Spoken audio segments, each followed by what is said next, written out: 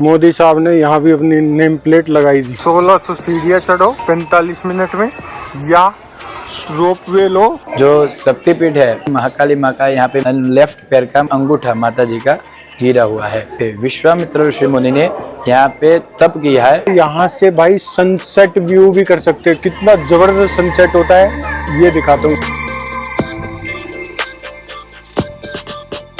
Good morning guys, welcome back for new day. आज है day 2 और आज मैं हूँ रौनक भाई के घर पे ही, क्योंकि कल हमने किया पूरा अहमदाबाद को एक्सप्लोर। जो भी लोकेशन थी अहमदाबाद के अंदर वो सारी मैंने आपको फर्स्ट व्लॉग में डे फर्स्ट में दिखा चुका हूँ। आई होप आप सब लोगों को बड़ा ही मजा आया होगा। ये हो गया अपना लगेज पैक, क्योंकि गाड़ी से ट्रेवल कर रहे हैं पूरा गुजरात। तो म्यूजिक ले लिया पानी के लिए, और ये कैमरा। इधर हमने खाने का पैक किया है, जिसमें जो इंस्टेंट फूड होते हैं वो मैं आपको दिखा दूंगा कि क्या क्या इसके अंदर है।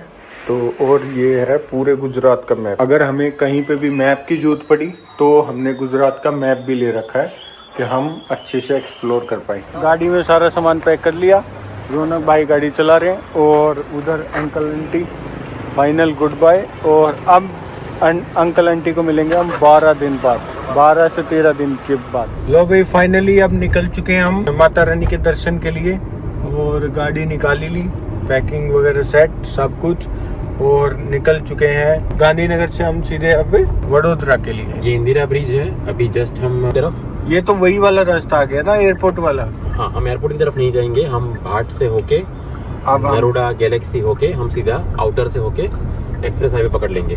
कोतरपुर यस। कुल एयरपोर्ट के साथ साथ ये जो दीवार दिख रही है ये एयरपोर्ट की है, और ये वाला जो एयरपोर्ट है भाई अडानी ले चुका है, तो अडानी एयरपोर्ट है ये। भाई अहमदाबाद के अंदर भी डबल डेकर चलती है, ये तो मैंने देखा ही नहीं था। AMTS और कितनी जबरदस्त है यार, क्लीन है ये तो। ये डबल डेकर मैंने फर्स्ट टाइम देखी थी ढाका के अंदर, बांग्लादेश के अंदर। सेकंड टाइम मैं देख रहा हूँ जो है अहमदाबाद के अंदर। लेकिन भाई ढाका वाली तो खटखट थी, ये वाली तो बिल्कुल नीट एंड क्लीन और प्रॉपर AC वाली है। ये तो मेरे को नहीं पता था कि डबल डेकर भी चलती है अहमदाबाद के अंदर। अच्छी अच्छी चीज़ें दिखाता रहूँगा मैं, लाइक सब्सक्राइब शेयर करते रहो, ठोक दो।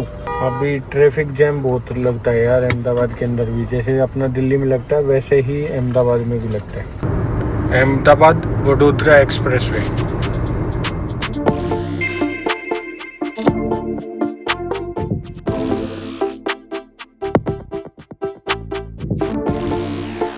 गांधी जी अपना चरखा लेके बैठे हैं बस के पीछे। अरे गांधी जी नहीं, ये तो मोदी जी हैं। मोदी जी ने गांधी जी को रिप्लेस कर दिया है, क्योंकि गांधी जी का जन्म भी गुजरात में हुआ और मोदी जी का भी गुजरात में हुआ। तो मोदी जी ने सोचा क्यों ना गांधी जी को रिप्लेस किया जाए। सोच बड़ी रखो, छोटी मत रखो। अगर वो और किसी छोटे पर्सनैलिटी को रिप्लेस करते तो छोटे रहते, उन्होंने सीधा अटैक किया बापू गांधी पे। ये आ गया वडोदरा। ये घूम गए भाई हम वडोदरा के लिए। ये आ गया भाई वडोदरा का रेलवे स्टेशन। बस स्टेशन, और ये आ गया बस स्टेशन, मतलब साथ में ये दोनों है ना। In 600 meters, turn swipe left. MS university, Maharaja Sayajirao university. Bus stand के बाद जस्ट ये university, I love MSU, Maharaja Sayajirao university. ये देख लो भाई, महाराजा सयाजीराव यूनिवर्सिटी ऑफ बड़ौदा।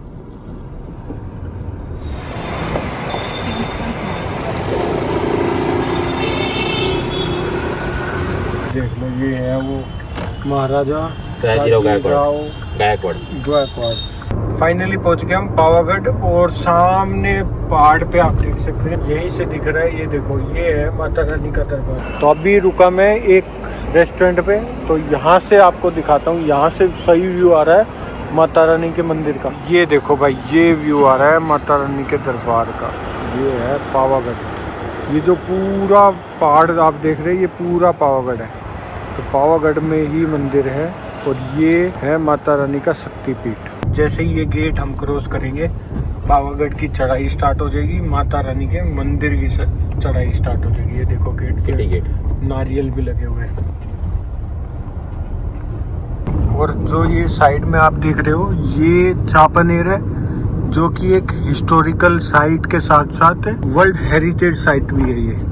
तो यहाँ तक आपको अगर आना है तो बस से भी आप आ सकते हैं, अहमदाबाद से या कहीं वडोदरा से। यहाँ पे आपको टैक्सी बस वगैरह सब मिलेंगी। ये देखो ऑटो वगैरह, मंदिर में जाना है वहाँ तक के लिए भी आपको ऑटो यहाँ से मिल जाएगा। श्री महाकाली माता पावागढ़ वेलकम यू। ये जो साइड में रेलिंग लगी है, लोग नीचे से पैदल आते हैं भाई इस वाली रेलिंग से। जहाँ कार पार्किंग होती है वहाँ पहुँच गए। तो अभी कार पार्क कर दी है इस पार्किंग में, और अब यहाँ से रोपवे या चढ़ाई जो भी स्टार्ट होगी, मतलब रोपवे इधर से जाएगा, स्टेयर्स वाली चढ़ाई उधर से होती है। सिर्फ 45 मिनट, सिर्फ 1600 सीढ़ियाँ, 1600 सीढ़ियाँ चढ़ो 45 मिनट में, या रोपवे लो 150 रुपीज़ का, जो कि ये जा रहा है, ये सीधा ऊपर लेके जाएगा आपको। ये ले लेते हैं पहले रोपवे की टिकट।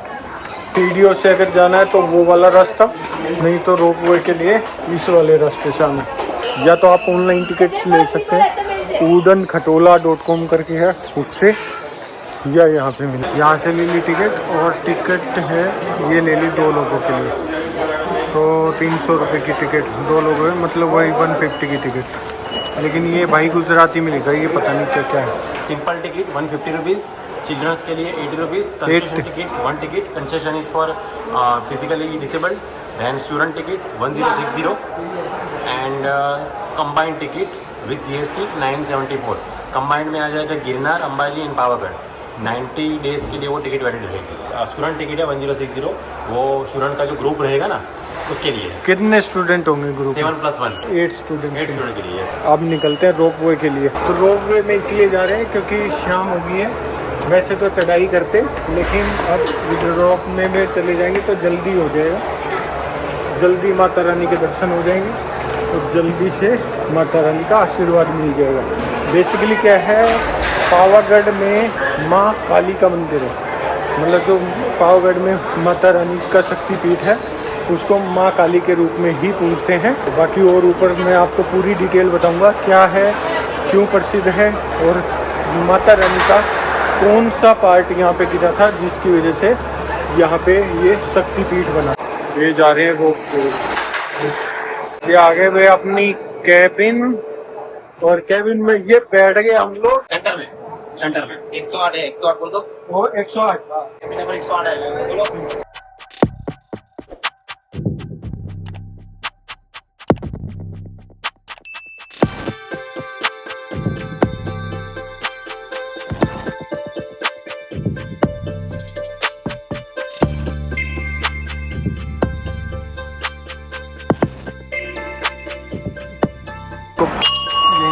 तो अब चलते हैं माता रानी के दरबार में। जयकारा शेरवाली दा बोल, सच्चे दरबार की जय। ये देख लो भाई मंदिर की ओर जाने का रास्ता। रोपवे वहाँ था, उसके बाद मैं इधर आया, और अब बोल रहे हैं कि करीब 300 सीढ़ियाँ और रहती हैं। अगर कोई रोपवे से आता है तब भी उसको ये वाला रास्ता पैदल ही पार करना पड़ता है। तो यहाँ से भाई कुछ भी ले सकते हो, डमरू उमरू माला, जो अगर किसी को घर लेके जानी है तो उसके लिए, और प्रसाद वगैरह। ये देखो ये प्रसाद की दुकान है।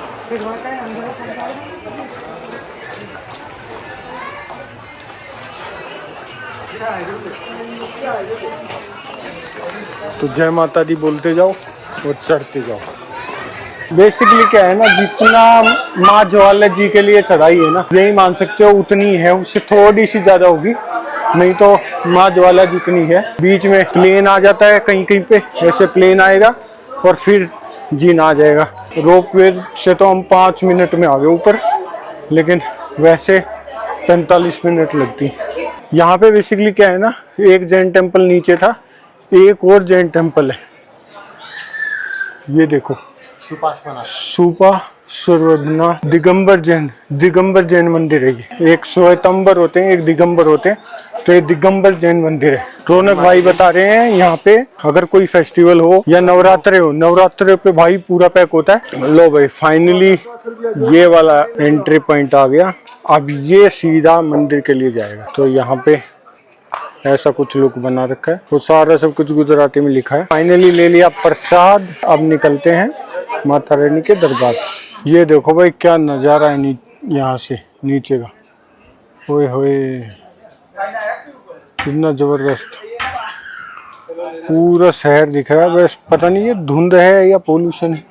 लो भाई माता रानी के दरबार में पहुंच गए और ये कर लो भाई दर्शन। और सबसे पहले एक और चीज दिखाता हूँ, मोदी साहब ने यहाँ भी अपनी नेम प्लेट लगाई थी, श्री नरेंद्र मोदी के कर कमलों से। तो भाई माता रानी के दरबार में आते ही देखने को मिल रहा है, ये बेसिकली क्या है, जो ढोल बज रहे थे ना, ये है झंडा।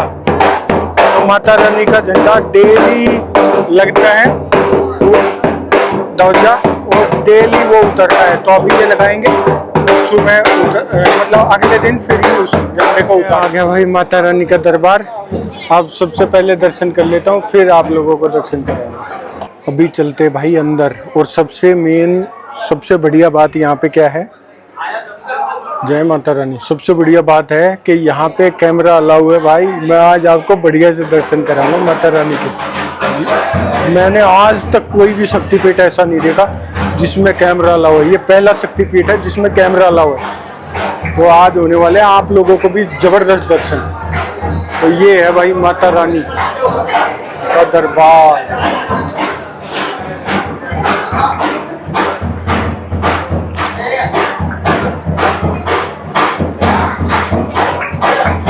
ये कर लो भाई माता रानी।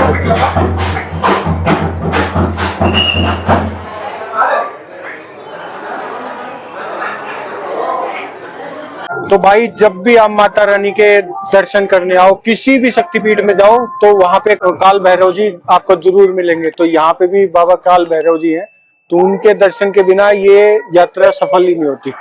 तो बाबा काल भैरव जी के दर्शन करा देता हूँ, आप लोग भी अपनी यात्रा सफल करो। तो उधर माता रानी के दर्शन हो रहे हैं, तो वो मैंने आपको कराई दिए।